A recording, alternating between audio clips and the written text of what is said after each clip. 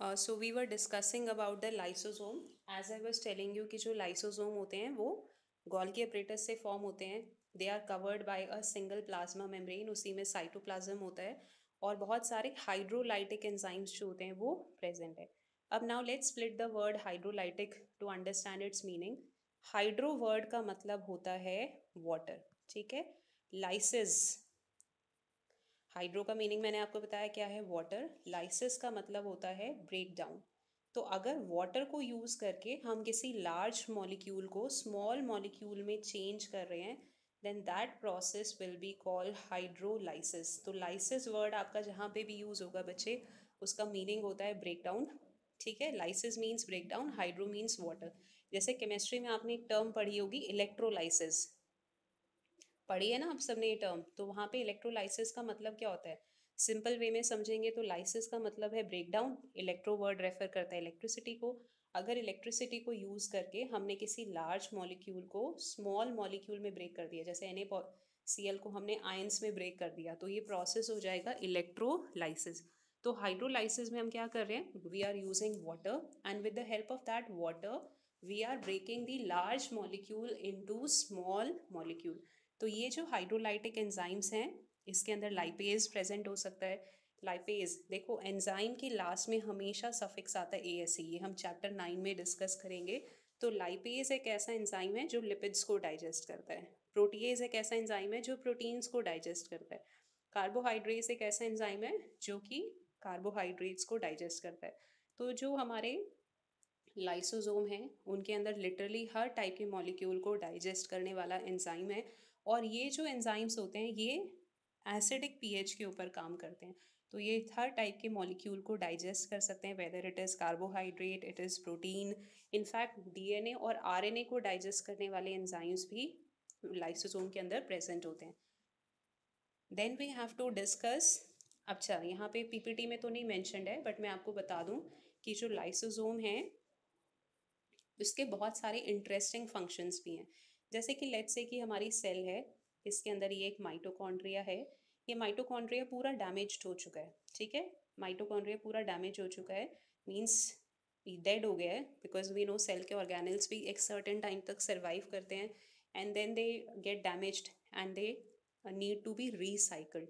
Recycled word का मतलब है कि जो डेड माइटोकॉन्ड्रिया है इसकी प्लाज्मा मेम्ब्रेन में बहुत सारा लिपिड्स होगा, कार्बोहाइड्रेट्स होगा, इसके अंदर बहुत सारे डिफरेंट टाइप के एंजाइम्स या प्रोटीन हैं, तो हमें उनको रीयूज़ करना है. तो रीयूज़ कैसे करते हैं कि जो भी आपका ऑर्गेनल है जब ये डेड हो चुका है means now it is not doing its function, उसके आसपास ऐसे बहुत सारे वैक्यूल्स आके अटैच हो जाते हैं और ये जब आपस में ऐसे जॉइन हो जाएंगे तो पूरी एक कंप्लीट मेम्ब्रेन बना लेंगे. इनके अंदर जितने भी डाइजेस्टिव एंजाइम थे वो सारे ये इसके रिलीज़ कर देंगे और इस डेड माइटोकॉन्ड्रिया के जितने भी प्रोटीन्स हैं, जितने भी लिपिड्स हैं, ओके, जितने भी लार्ज मॉलिक्यूल्स हैं, उन सब एंजाइम्स को यूज़ करके उन लार्ज मॉलिक्यूल्स को स्मॉल में ब्रेक कर देंगे. अब जब लार्ज मॉलिक्यूल आपका स्मॉल में ब्रेक हो गया तो ये जो स्मॉल मॉलिक्यूल है, cell can reuse this molecule as a raw material. उसको as a raw material cell जब यूज़ करेगी तो फिर न्यू माइटोकॉन्ड्रिया फॉर्म हो जाएगा. इस प्रोसेस को बोलते हैं रिन्यूअल. रिन्यूअल मतलब कि आपने डेड चीज़ वहाँ से हटा दी, जो आपका ऑर्गेनल डेड हो चुका है, डैमेज हो चुका है, उसको आपने हटा दिया और उसकी जगह पे कोई न्यू ऑर्गेनल आपने फॉर्म कर दिया. तो ऑब्वियसली सेल के अंदर ये प्रोसेस कंटिन्यूसली चलता रहता है. तो रिन्यूअल ऑफ सेल ऑर्गेनल्स में कौन सा स्ट्रक्चर हेल्प कर रहा है, लाइसोसोम. सिमिलरली अगर हम देखें, अगर आपने कभी नोट किया हो, रेनी सीजन में कहीं पे भी वाटर कलेक्ट हो जाता है, स्पेशली कोई छोटा सा पॉन्ड है, तो आपने देखा होगा वहाँ पे फ्रॉग के बहुत सारे लार्वे होते हैं विच आर कॉल्ड टैडपोल. तो ये जो फ्रॉग के लार्वे हैं, जब ये अडल्ट में चेंज होते हैं तो उनके अंदर बहुत सारे चेंजेस होते हैं. जैसे टैडपोल जो लार्वा है उसमें टेल होती है, बट जो फ्रॉग है अडल्ट है उसमें टेल नहीं होती. तो आपने कभी सोचा है कि टेल जो है वो कैसे डिसअपियर हो जाती है. अपने आप तो नहीं होगी, इट्स नॉट मैजिक, कोई ना कोई ऑर्गेनल तो उसमें हेल्प कर रहा है. एक्चुअली जो टेडपोल की टेल होती है उसके अंदर जितने भी लाइसोसोम्स हैं वो सारे एक्टिवेट हो जाते हैं एंड वंस से गेट एक्टिवेटेड तो वो धीरे धीरे जो टेल है उसको डिसअपियर करके सारे मॉलिक्यूल्स को सिंपल फॉर्म में जो टैडपोल की मेन बॉडी है उसमें वो रिलीज कर देते हैं. तो जब आपका टैडपोल फ्रॉग में चेंज हो रहा है, अडल्ट फ्रॉग में चेंज हो रहा है, तो जो टेल है वो डिसअपियर हो जाएगी. तो now a question must come in your mind कि अगर टैडपोल में जो टेल है वो डिसअपियर हो रही है या वो रिन्यूअल ऑफ ऑर्गेनेल में हेल्प कर रहा है, उनके अंदर इतने स्ट्रॉन्ग एंजाइम्स प्रेजेंट हैं, तो जो लाइसोसोम की प्लाज्मा मेम्ब्रेन है वो उसको क्यों नहीं डैमेज कर देते? भाई प्लाज्मा मेम्ब्रेन है वो तो सिंपल लिपिड्स और प्रोटीन की बनी है, कोई ऐसा तो नहीं है कि बहुत हार्ड लेयर होगी। तो ऐसा क्या स्पेशल फीचर प्रेजेंट है लाइसोसोम की प्लाज्मा मेम्ब्रेन में कि खुद उसके एंजाइम उसकी मेम्ब्रेन को डैमेज नहीं कर पाते हैं? तो this is your home assignment, try to find out the answer. Then let's discuss the last cell organelle of the endomembrane system, that is the vacuole. Vacuole का हम एक बार स्ट्रक्चर डिस्कस कर लेते हैं. आपको मैंने बताया था प्लांट सेल में वैक्यूल बहुत लार्ज साइज होता है, वेल डेवलप्ड होता है. एनिमल सेल के केस में वैक्यूल उतना वेल डेवलप्ड नहीं है. तो ऐसा क्यों होता है, that we have to see. Plant cell में वो कोई फंक्शन परफॉर्म कर रहा होगा तभी वो इतना वेल डेवलप्ड है, उसका साइज भी लार्ज है. So that we will have to check. तो यहाँ पे देखो जो वैक्यूल है वो सिंगल प्लाज्मा मेम्ब्रेन से कवर्ड है, और जो सिंगल प्लाज्मा मेम्ब्रेन वैक्यूल को कवर करती है that plasma membrane is known as tonoplast. अब मैंने आपको ऑलरेडी बताया प्लांट सेल में जो वैक्यूल होता है उसका साइज बहुत लार्ज है, कई बार तो 90% volume of the cell is taken up by vacuole. तो वैक्यूल ऐसा क्या कर रहा है फंक्शन कि वो प्लांट सेल में इतना इंपॉर्टेंट है? एक्चुअली देखो प्लांट सेल में कोई वेल डेवलप्ड एक्सक्रीटरी सिस्टम नहीं है. Like we are having kidneys, ठीक है, डिफरेंट ग्रुप ऑफ ऑर्गेनिज्म में डिफरेंट एक्सक्रीटरी सिस्टम होते हैं, बट प्लांट्स के अंदर कोई वेल डेवलप्ड एक्सक्रीटरी सिस्टम नहीं है.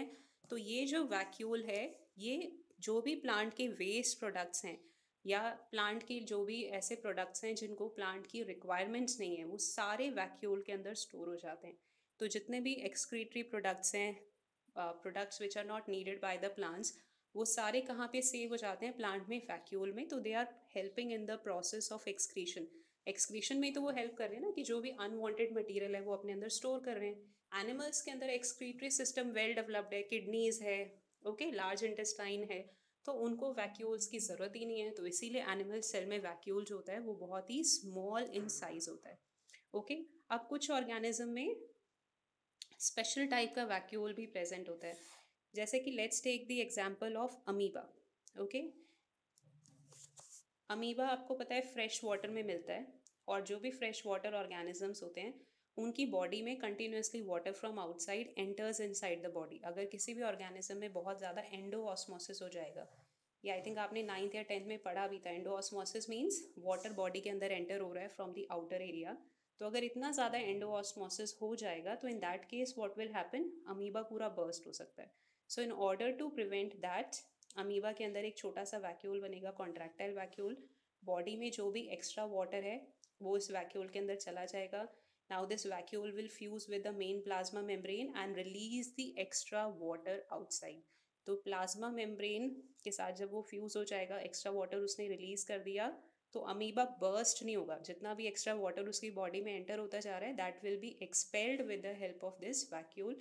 So this vacuole will be called contractile vacuole.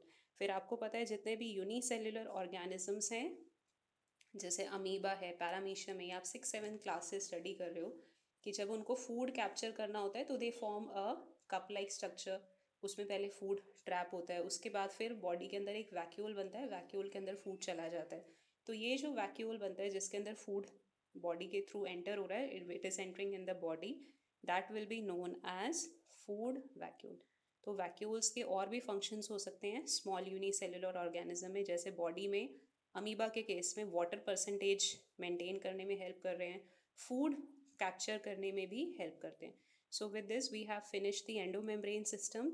In the next class, we will discuss about mitochondria, plastids, and ribosomes. Thank you, students.